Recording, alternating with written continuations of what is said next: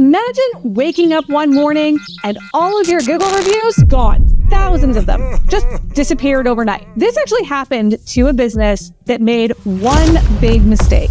Not only did they lose their reviews, but their rankings tanked. And the worst part, a year later, and they still haven't recovered. And that's just one of the local SEO mistakes that we're covering today. Stick around, because some of these mistakes are so common that you might just be making them right now.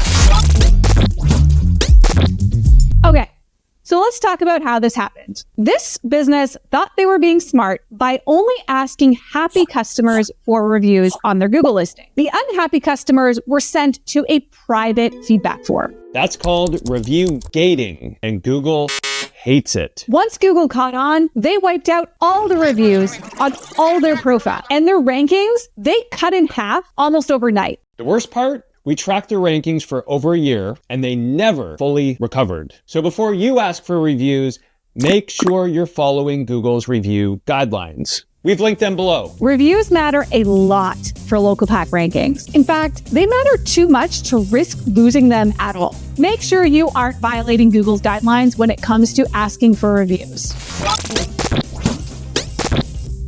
Picture this. You log in to go manage your Google business profile and poof, it's gone. This exact thing happened to a business owner who posted on the Google Business Profile Forum. Their listings just vanished. Turns out, they gave a third-party tool access to their Google Business Profile, and it accidentally deleted their listing. We're also seeing a rise in account suspensions from this. So if you're using any tools, do not give them full access until you fully trust them. SEO is changing, and Google is prioritizing local content more than ever. For example, a few years ago, big national sites like Angie could rank with one single page everywhere. If you look at their emergency garage door repair page, this used to dominate searches for 24-hour garage door repair services. But rankings on this page have really declined over the last year, and now Google is showing more local business pages instead. Here's another good example. In the past, if you were located in Utah and you did a search for car insurance on Google, you would get a search result that looked like this. It showed a lot of car insurance pages from national companies. Now, when you search, you are a lot more likely to see localized pages. Companies like Farmers Insurance used to get a lot of exposure on Google for their generic big insurance pages, but they are dropping a lot in the last year. If you're struggling to rank, adding localized content can be a game changer. Let's look at one of the sites that is really winning in the last couple of years in the insurance industry, The Zebra.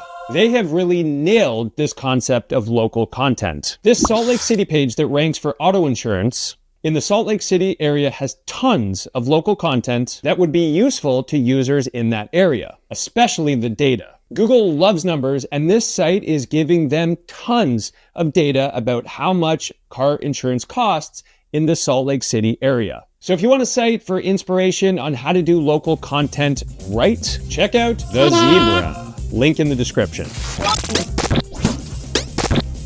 Businesses often avoid words like cheap because it sounds low quality.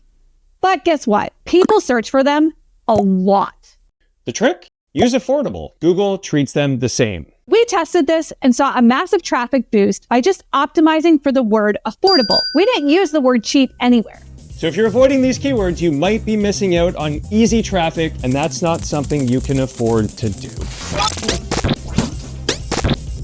If you had asked me months ago, I would have told you that AI images were a great alternative to stock photography, and they could result in a lot of traffic from Google. We actually added AI images to a home services business and saw a pretty substantial increase in traffic. All that has changed recently. Google appears to have added some sort of quality metric that does not rank AI-generated images as well as other images. An SEO named Zach Notes first talked about this on LinkedIn and showed some sharp declines from businesses that were using AI photos. We are seeing this pattern clearly on this page. It becomes even clearer when you look at image traffic. So if you've added AI photos to your website, you should check your image traffic in Search Console. If you see a drop, you might want to consider pulling back on that strategy.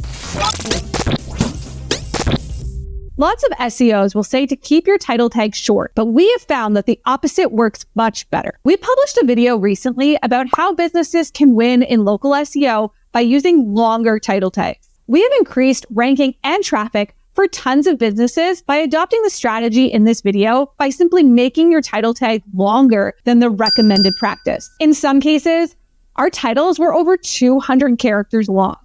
While we've seen plenty of cases where we've seen gains from lengthening a title tag, we wanted to test to see what would happen if we shortened a title tag. So we tested this by shortening a title tag from 275 characters to 41. The result? They lost rankings for one of their top keywords. So we put the title tag back and they gained everything back. Moral of the story, do not be afraid of making your title tags way longer than the recommended length.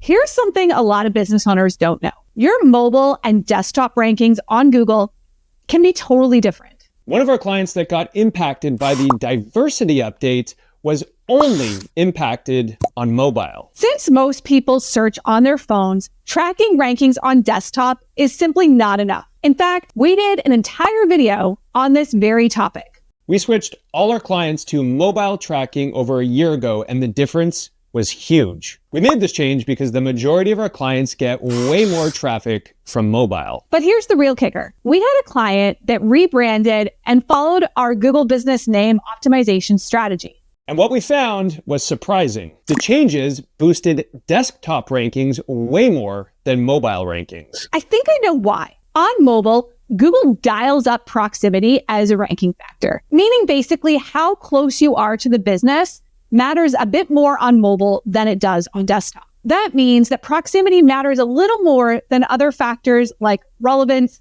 or prominence. It makes sense, right? If you're searching on your phone, Google assumes that you might be traveling and you need nearby results fast. All right, we have covered 7 huge local SEO mistakes. But what about you?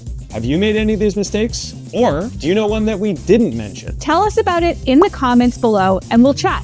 And if you found this video helpful, make sure you hit that like button. And make sure to subscribe because we're dropping more local SEO strategies every single week.